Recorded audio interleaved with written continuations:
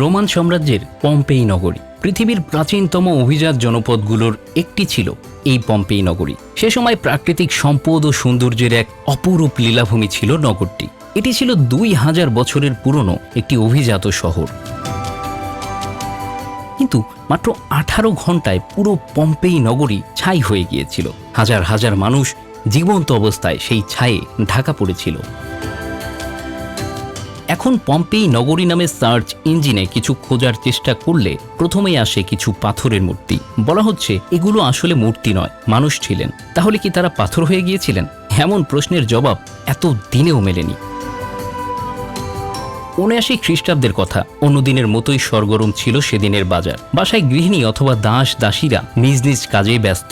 সরাইখানাগুলোতে মানুষের উপড়ে পড়া ভিড়। সৈন্যেরা যুদ্ধের অনুশীলন করছে, কিন্তু কে জানতো সেই দিনটাই নগরীর ধ্বংসের দিন হয়ে থাকবে। এই শহরের পাশেই ভিসুভিয়াস পর্বত, আগ্নেয়গিরির মধ্যে যাকে সবচেয়ে ভয়ঙ্কর বলা হয়। হঠাৎ বিস্ফোরণ হলো, ঘুমন্ত আগ্নেয়গিরি জেগে উঠল। ধোঁয়া, গলিত লাভা, ছাই পুরো পম্পেই নগরীতে আশ্রে পড়তে লাগলো। যারা বাসায় ছিলেন তারা বাড়ির মধ্যেই আটকা পড়ে মারা গেল। সেই আগুনের তাপে সাথে সাথেই মারা গেল রাস্তার অনেকেই। 1599 সালের আগ পর্যন্ত এই নগরী ছায়ের নিচেই ঢাকা ছিল। সার্নো নদীর গতিপথ পরিবর্তন করতে গিয়ে এর সন্ধান পান ডমিনিক ফোন্তানা। তারপর 1863 সালে ছায়ের ভেতর থেকে আবিষ্কার হলো সেই নগরীর বাসিন্দাদের দেহাবশেষ। ফুসফুস পুড়ে গিয়েছিল তাদের, মাংসপেশিও গলে গিয়েছিল। কয়েকদিন পর আগ্নেয়গিরির লাভা শক্ত হয়ে গেলেও ভেতরে থাকা দেহগুলো ধীরে ধীরে পচতে শুরু করলো। পুরোপুরি পচে যাওয়ার পর সেখানে তৈরি হলো বাতাস আর হাড় মিশ্রিত জায়গা।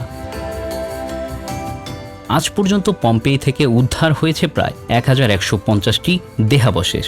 দেহাবশেষগুলো এয়ার পকেট আকারে থাকায় তা নিয়ে গবেষণা সম্ভব ছিল না। তাই বিজ্ঞানীরা বুদ্ধি বের করলেন সেই ফাঁকা জায়গাগুলো প্লাস্টার দিয়ে পূর্ণ করার। 48 ঘন্টা পর সেই প্লাস্টার শুকিয়ে গেলে বেরিয়ে আসলো 2000 বছর আগের সেই নগরীর মানুষের আকৃতি, তাদের মৃত্যুর সময়ের করুণ দৃশ্য। প্লাস্টার হওয়ার পর দেহগুলো নিয়ে গবেষণা শুরু করলেন বিজ্ঞানীরা। দেহগুলো পাওয়া গিয়েছিল দলগতভাবে, 3 জন বা 4 জন করে একসাথে ছিল তারা। ধারণা করা হয় তারা একজন আরেকজনকে সাহায্য করতে একসাথে ছিলেন। গবেষণায় জানা যায় এখানকার মানুষ ওয়াইন খেতে খুব পছন্দ করতেন। দিনের 3 বেলার মধ্যে 2 বেলা ওয়াইন এবং 1 বেলা অন্য খাবার খেতেন। এই নগরীর মোড়ে মোড়ে ছিল সরাইখানা। পম্পেই নগরীতে জুয়া খেলা নিষিদ্ধ হলেও কঠোর আইন না হওয়ায় মানুষ সেভাবে তা মানত না। পম্পেই নগরীর পাথরের অ্যাম্ফি থিয়েটার বিশ্বের অন্যতম একটি স্থাপনা। অ্যাম্ফি থিয়েটার বা ডাবল থিয়েটার ছিল ইতালির বিখ্যাত একটি আবিষ্কার। এই থিয়েটারের যে কোনো কর্নারে বসেই ভালোভাবেই খেলা বা লড়াই উপভোগ করা যেত। ইতালির তৎকালীন রাজা ওস্কান খ্রিস্টপূর্ব 6 থেকে 7 শতাব্দীর দিকে এই শহরের গোড়াপত্তন করেন। এরপর ইউরোপে সংঘটিত বিভিন্ন পর্যায়ের যুদ্ধ বিগ্রহের মাধ্যমে খ্রিস্টপূর্ব 80 শতাব্দীর দিকে এই শহরটিতে রোমান সাম্রাজ্যের অধিকার প্রতিষ্ঠিত হয়, আর সেখানে গড়ে ওঠে রোমান সাম্রাজ্যের অন্যতম শিল্প বন্দর। ক্রমান্বয়ে সেটি হয়ে ওঠে সমকালীন বিশ্বের অন্যতম বিত্ত বৈভব আর অভিজাত নগরী।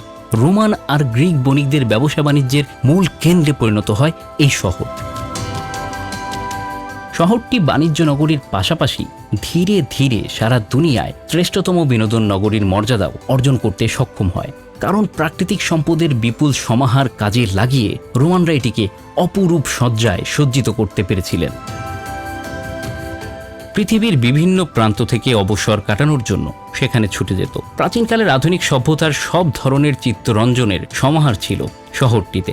ধর্মীয় নেতারা বলেন এত সব প্রাচুর্যের মধ্য থেকে পম্পেইবাসী ভুলে গেল মহান স্রষ্টাকে। তারা লিপ্ত হলো নানা ধরনের অসামাজিক কার্যকলাপে। নিছক বিনোদনের জন্য জনসমাগম করে বিপুল জনতার সামনে তারা মানুষ ও পশুতে, কখনো বা মানুষে মানুষে যুদ্ধ বাঁধিয়ে দিত। যৌনতায় ছিল এরা অন্ধ। শুধু যৌন কার্যের জন্য প্রতিটি বাড়িতে নির্মিত হতো আলাদা স্থাপনা। বাড়িঘরের দেওয়ালে দেওয়ালে অঙ্কিত হতো নগ্ন পর্ণচিত্র। এভাবেই দিন দিন তারা খ্রিস্ট ধর্ম থেকে সরে যায়। ধীরে ধীরে শহর ছেড়ে চলে যেতে থাকেন সব ধর্মযাজকরা। তখনই নেমে এলো মহান স্রষ্টার ক্রোধের আগুন। জীবন্ত মমিতে পরিণত হলো অনাচার আর পাপাচারে নিমজ্জিত থাকা মানুষগুলো। গত ৩০০ বছর ধরে পম্পেই নগরীর ভগ্নাবশেষে চলছে খনন ও অনুসন্ধান। হয়তো এখনও ছায়ের নিচে অনেক রহস্যই লুকিয়ে আছে। Bangla affairs, news desk.